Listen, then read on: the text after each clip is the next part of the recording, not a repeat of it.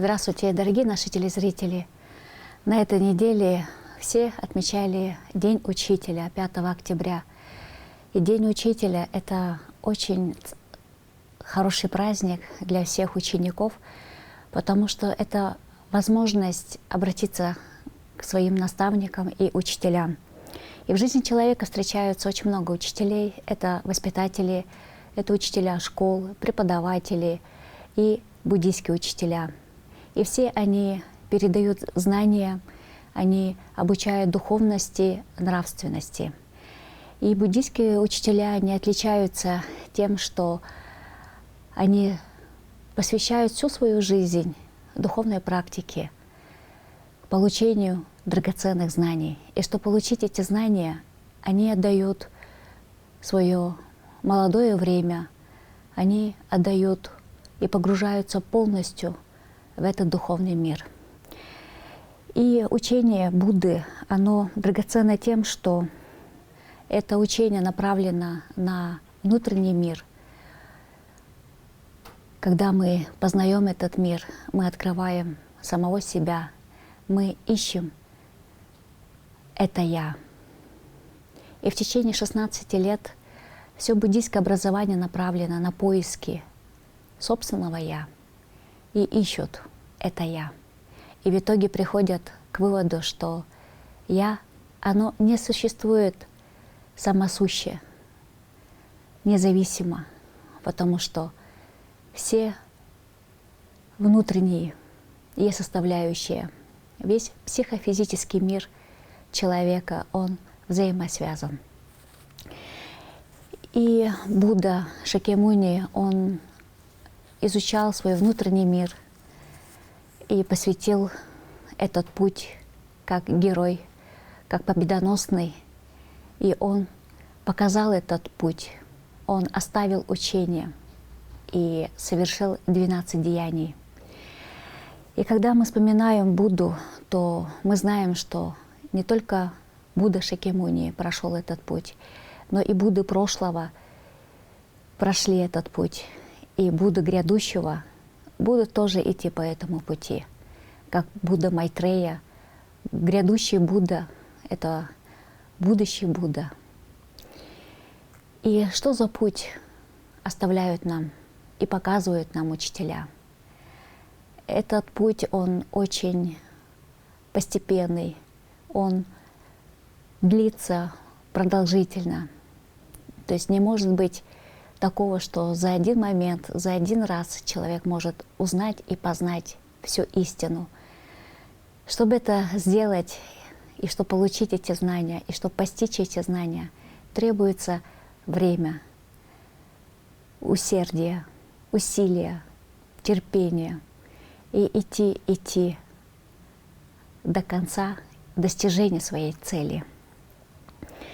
И в Туве буддийскому пути шли правители, каганы, нойоны, и они создавали все условия для того, чтобы монахи получали учения в монастырях, чтобы они могли соблюдать свои духовные обеты.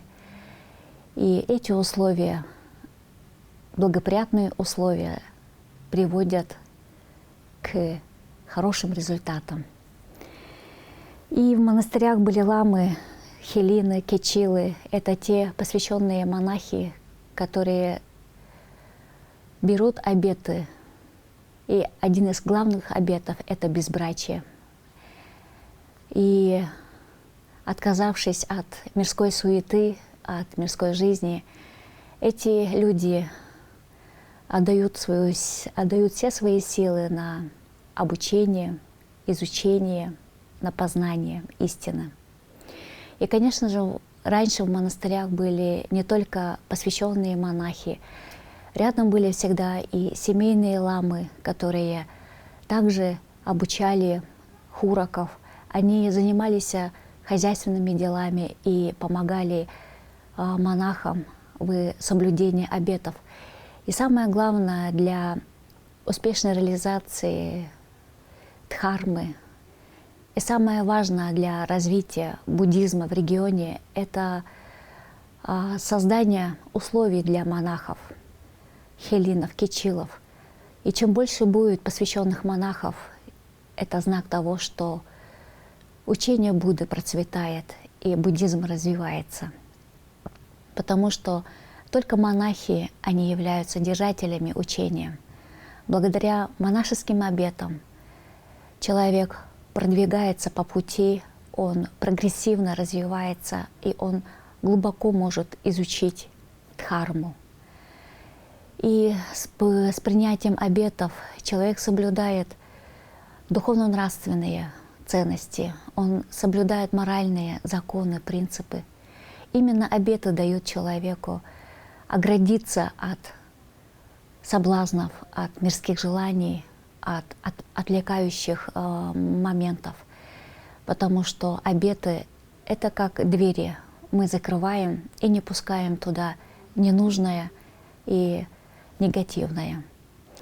И когда мы говорим об учителях, то учителя — это проводники, это свет, дающие свет знания. Это те люди, которые несут груз знаний. И чем человек, и чем глубже эти знания, учителя, они очень скромные и как ягода, которая свисает на ростке, она спускается к земле. И учителя, которые обладают глубинными знаниями, они ведут себя очень скромно, и их совсем незаметно.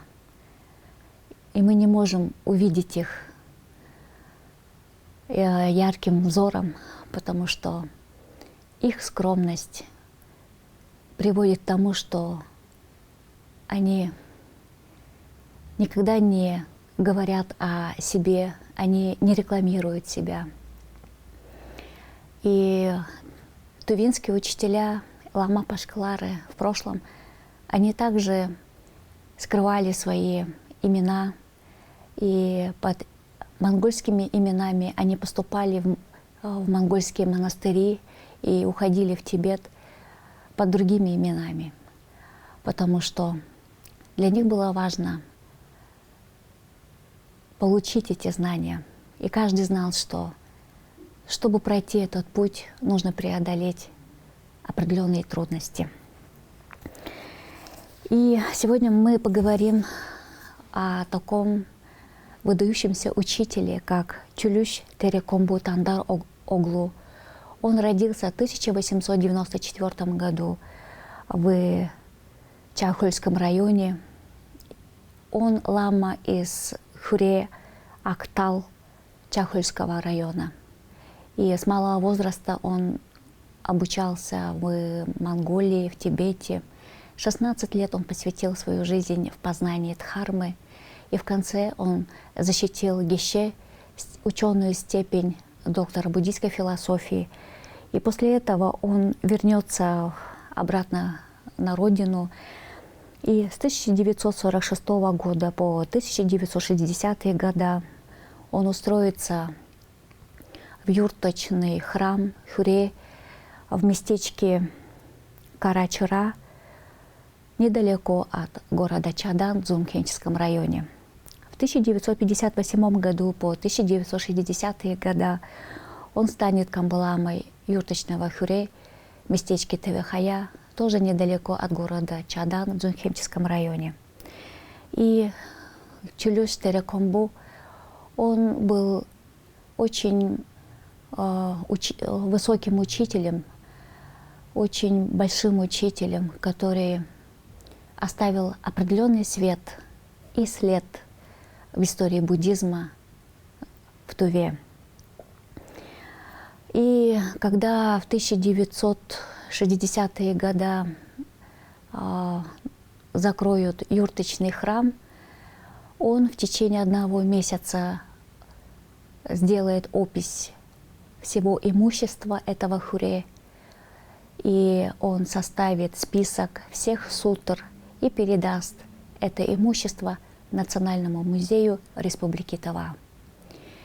И когда открыли юрточный Хюре в это время, это имущество и буддийские принадлежности, буддийскую утварь привезут из Иволгинского дацана, и ламы будут сотрудничать с бурятскими ламами. Далее оставшееся имущество, хозяйственное имущество Геше Чулюш-Терекомбу он оставит в колхозе в селе Хайракан, тоже недалеко от города Чадан. Далее с 1961 года по 1963 год он уедет в Иволгинский дацан и вместе в одном доме с Хомушко Кентен Цюрюмпашкой они вместе будут служить как ламы, как штатные ламы в этом дацане. И на фотографии можете увидеть, как его ученик Хомушко Кентен Цюрюмпашкой, он постригает волосы своему учителю. И эта фотография на самом деле очень ценная и очень красивая фотография. И обычно, когда человек вступает в хюре, и он принимает монашеские обеты, ламы, они постригают свои волосы, потому что это знак отречения от мирской жизни, это избавление от ненужных мыслей. И каждый раз ламы, когда они постригают или сбривают голову, они таким образом выражают в своем сознании именно отречение. И я слышала, что те люди, которые приезжали в дом Иволгинского дацана, где жили старые ламы, уважаемые учителя, и у Геше Терекомбу была своя комната. Обычно он находился в этой комнате и медитировал. Это был человек высокого познания, человек, который знал хорошо, глубоко учение Будды. Он имел высокие познания, и он практиковал. И после Иволгинского дацана, уже в возрасте, Геше Терекомбу он вернется в Туву, и в 1972 году он уедет в город Чадан, и он будет принимать в своем домике по улице Сарыглар-Часкал, в доме номер 30, будет лечить, принимать прихожан, всех людей, и все люди, которые знают его и помнят его до сих пор,